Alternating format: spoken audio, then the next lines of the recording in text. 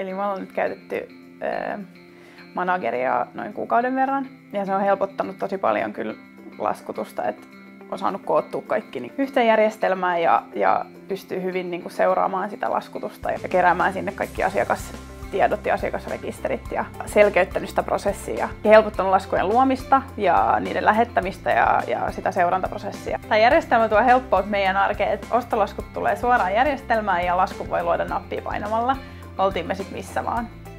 Designyrityksenä me ollaan maailmalla tosi paljon ja tämä järjestelmä on tosi helppo käyttää, kun se on nettipohjainen ja pystyy vaikka messupäivän päätteeksi hotellihuoneessa luomaan laskun ja lähettää sen eteenpäin ja sitten tämä järjestelmä hoitaa sen postittamisen tai sitten verkkolaskulla eteenpäin toimittamisen, että säästää tosi paljon meidän aikaa.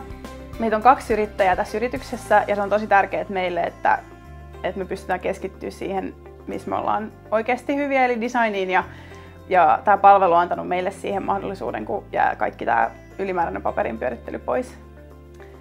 Tämä palvelu on tosi helppo käyttää ja se on tuonut semmoista järjestelmällisyyttä ja yhtenäisyyttä siihen laskutukseen, että pystyy olemaan kaikki asiakkaat siellä tallennettuna ja seuraamaan sitä laskutusta.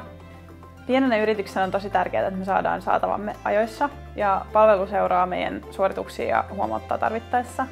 Ja tämä on nopeuttanut meidän rahankiertoa aikaisemmasta.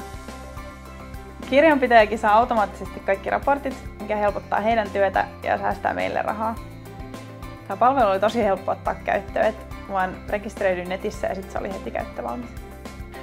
2 ihmisen yrityksenä meidän täytyy keskittyä olennaiseen ja Manager mahdollistaa tämän meille.